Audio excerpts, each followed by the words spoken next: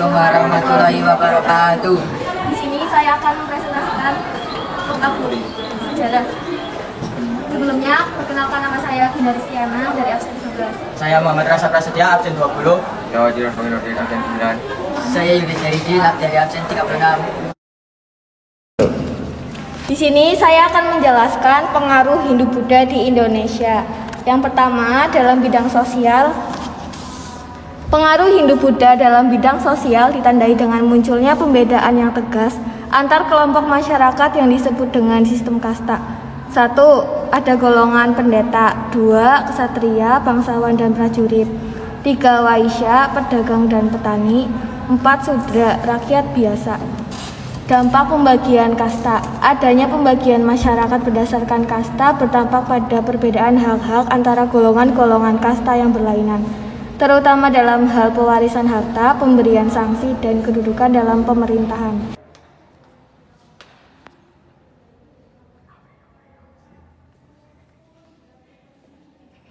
Kemudian di sini ada bidang politik. Bidang politik adalah pengaruh Hindu-Buddha pengubah sistem pemerintah yang sebelumnya berkembang di Indonesia. Pada awalnya, masyarakat Indonesia mengadopsi sistem pemerintah kesukuan dan kerakyatan. Setelah Hindu-Buddha berkembang di Indonesia, sistem pemerintah berubah menjadi monarki seperti di Hindu. Masuknya agama Hindu dan Buddha ke Indonesia sudah berlangsung sejak berabad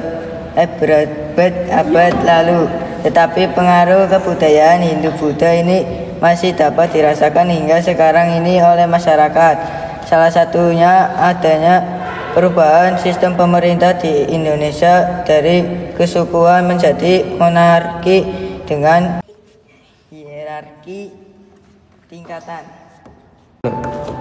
Kemudian ada bidang budaya. Sebelum masuknya unsur kebudayaan dan agama Hindu-Buddha, telah berkembang kebudayaan asli Indonesia. Kemudian setelah masuknya unsur kebudayaan dan agama Hindu-Buddha, terjadilah proses perpaduan antara dua kebudayaan tersebut. Perpaduan itu disebut akulturasi. 1. Seni bangunan. Bangunan candi selalu bertingkat-tingkat yang terdiri atas kaki candi, tubuh candi, dan puncak candi. Oleh karena itu ditemukan unsur Hindu-Buddha.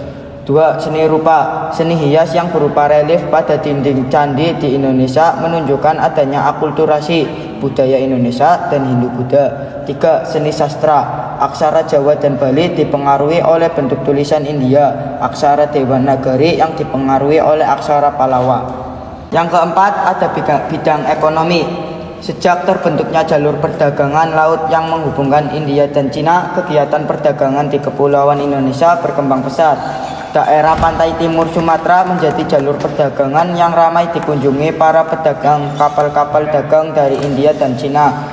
Banyak yang singgah untuk menambah persediaan makanan dan minuman, menjual dan membeli barang dagangan, atau menanti waktu yang baik untuk berlayar. Kemudian muncul pusat-pusat perdagangan yang berkembang menjadi pusat kerajaan. Yang terakhir ada peninggalan. Peninggalan berupa candi. Candi Borobudur, Candi Prambanan, Candi Dieng, Candi Gedong Songo, Candi Penataran, Candi Palaosan, Candi Sewu, dan Candi Kalasan. Dan kemudian ada arca. Arcanya berupa arca air langga dari kerajaan Mataram kuno, arca Kertarajasa Jayawardana dari kerajaan Majapahit, dan arca Prajina Paramita dari kerajaan Singosari. Kemudian ada prasasti. Prasastinya berupa prasasti huruf Pallawa bahasa Sanskerta Yupa, prasasti Muarakaman dari kerajaan Kutai, prasasti Ciaruteun kerajaan Tarumanegara, prasasti Tukmas dari kerajaan Holing, dan prasasti Canggal dari kerajaan Mataram kuno.